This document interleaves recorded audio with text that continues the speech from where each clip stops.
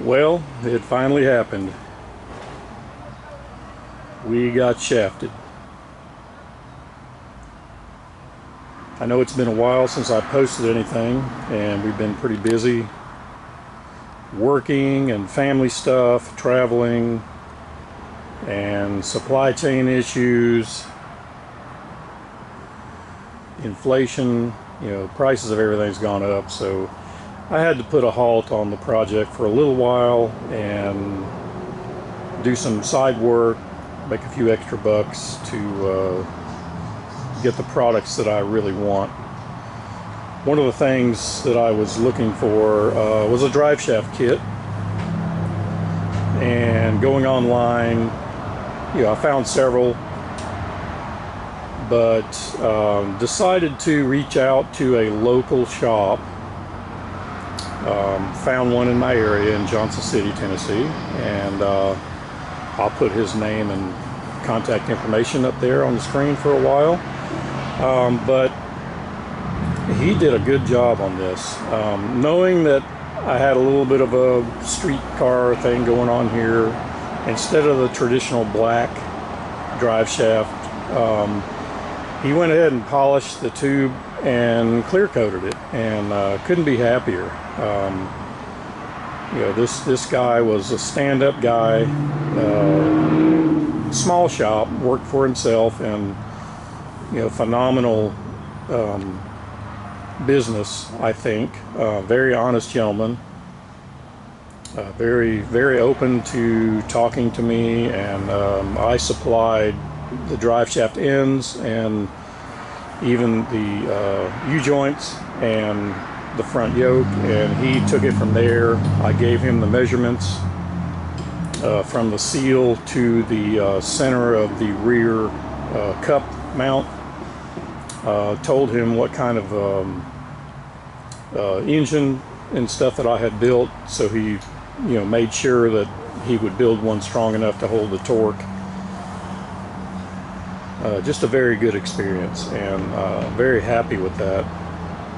Now, one thing that he did remind me of that I knew, but because I'm using a Ford 8.8 rear end, I got a new yoke for it on the rear end from Yukon, and the spread on the outer measurement on the cups is a little bit different than a Chevrolet. So this is basically a Chevrolet drive shaft, but what I had to do was take the cups that mount in the yoke, and I took them to work, and we have a surface grinder, so I ground about 12 thousandths off of each back of the cup so it would fit properly into the yoke on the keys and not put excess pressure on ramming this thing in. It fit very nicely. There's no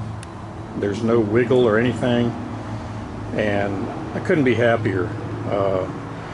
Cost wise, it was probably cheaper than me buying a kit, welding it up myself, and then definitely having to take it somewhere to get balanced. So he did this whole thing. It looks super, and very happy with it. So a shout out to Bowman Drive Shaft in Johnson City. And I would suggest that if you're doing a project like that, try to find someone who builds driveline equipment. Could be a truck service center, something like that, some drive shaft shop. Support your local businesses where you can.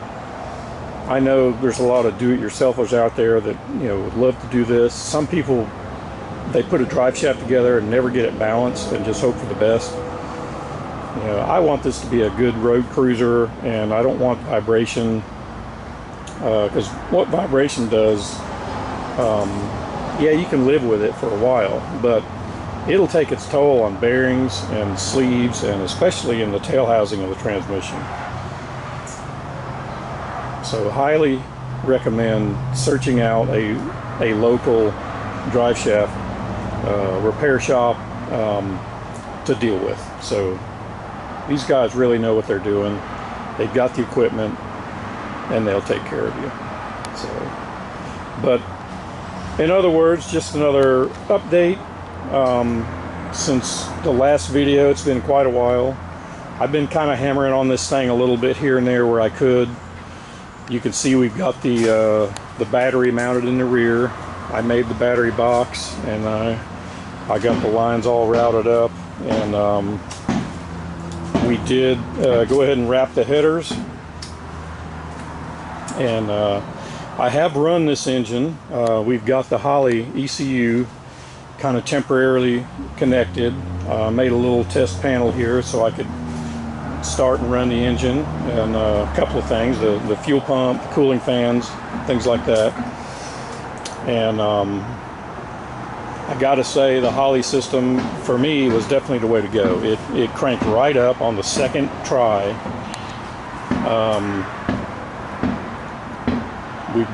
We had no leaks anywhere.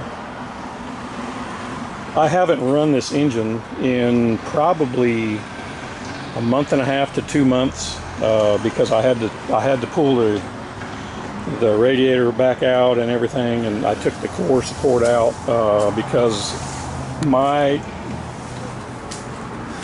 mistake. I damaged the power steering pump, and I had taken it apart to modify it for a threaded inlet.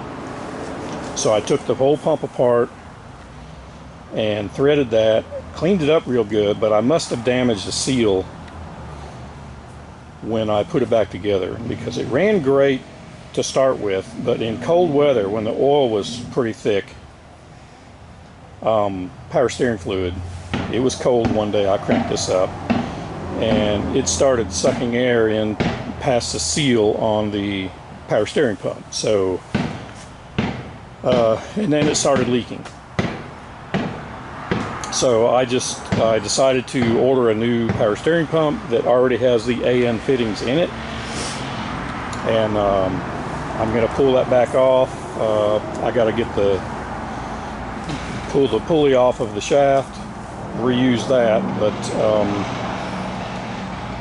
this excess line here is just a temporary line because I am running a Hydro Boost system, and those lines will go up and back from the Hydro Boost. You can see the cooler here for the transmission, power steering, and the oil cooler is in front of it, and it is fan cooled. That mounts up under the core support, and I'm going to go with a little bit larger fluid reservoir. I'm going to fab up one of those to hold about 1 liter of power steering fluid. But we haven't cranked this engine up in probably a month and a half, and you can still see that it doesn't have power on it, but it is holding about 53 psi of fuel pressure still. So that tells me I don't have a leak anywhere in the fuel system, and my injectors are good. They are totally sealed, and you know, there's no power on the fuel pump or anything, and that's just down from 58 psi over a month and a half. It's still got fuel pressure on it, so very happy about that. No leaks. It's not gonna flood my engine when I've got the car shut off. Not worried about that. These are all just GM injectors. They are a little larger than the original ones. These are like 36 pound per hour, which is far good enough for my street application with just a normally aspirated. So really happy with that. I did run. We've got the back tires jacked up off the ground on jack stands, and I did, was a little leery. This was my first, most complicated automatic transmission rebuild that I've done, and it was, is this thing going to work or not? Did I screw something up? Did I get everything put back right? I made a lot of changes in there. I put Raybestos clutch packs in, and a lot of Sonax parts. And you know, I took my time and went by the book and went by all the instructions that they did, modified some of the oil passages, and you know, to my great pleasure, this thing actually, it does work. There was no noise coming from it at all, and you know, ran through all the gears, you know, while it's jacked up on the jack stands, just to confirm that it does function. You know, reverse, neutral, you know, first, second, third gear. I never got fast enough to really go into overdrive, but I'm not too worried about that. So the engine sounds pretty good. It's got that Summit Stage 2 cam, and it sounds better than I thought it would. So one of the, you know, next time I get this thing cranked up, we'll do a little video on that sound. And it sounds good coming through the Borla Pro XS mufflers. It's aggressive, but it's not too loud. It's not raspy. It's just got a good muscle car rumble to it, and I'm really happy with the sound. Once we get the body back on, the bumper all set and all that, I'm probably going to spin these out, and I'm going to do turn downs on it, and be happy with that. I kind of like the separation. This is a full separated exhaust system. I did take the X pipe out that I had in there, gave it a thought, and I added these little resonators and instead of the X pipe. I'm not going to be really racing this thing, and not really going to get into the RPM range that you need to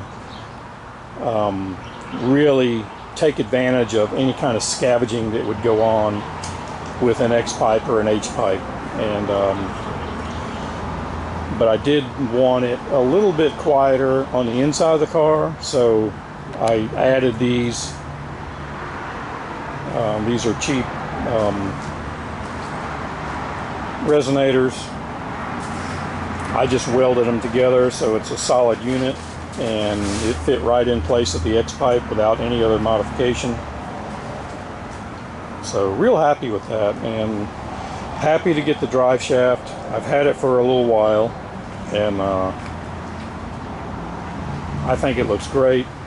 It runs true, and I know he's got some modern balancing equipment and really spun this thing up, because I told him I would be taking this thing to the drag strip. But there we have it, just an update on what's going on with this thing. Of course, I've got it outside in a tent because I'm working on the body inside, and hopefully pretty soon we'll get the paint done and be ready to put this thing back together and get it on the road.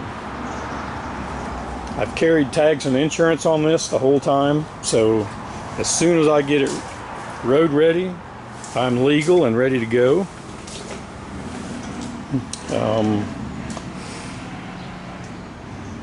Started making a steering shaft solution for this.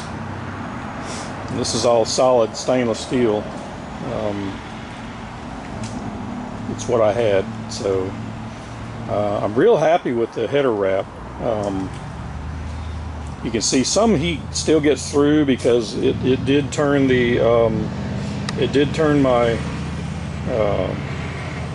my stainless tie wraps a little bit bronze color because of some heat, but it's by far not as hot as it would have been without it.